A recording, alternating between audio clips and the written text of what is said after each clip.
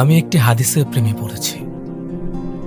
আপনি যখন নিজ কক্ষে নীরবে কান্না করবেন, আল্লাহ তখন ফেরেশতাদের উদ্দেশ্য করে বলেন, কোন জিনিস আমার বান্দার চোখে পানি আনলো? ফেরেশতাগণ বলেন, আপনার বান্দা সুখে নেই, আপনার বান্দা অনেকদিন হাসেনি।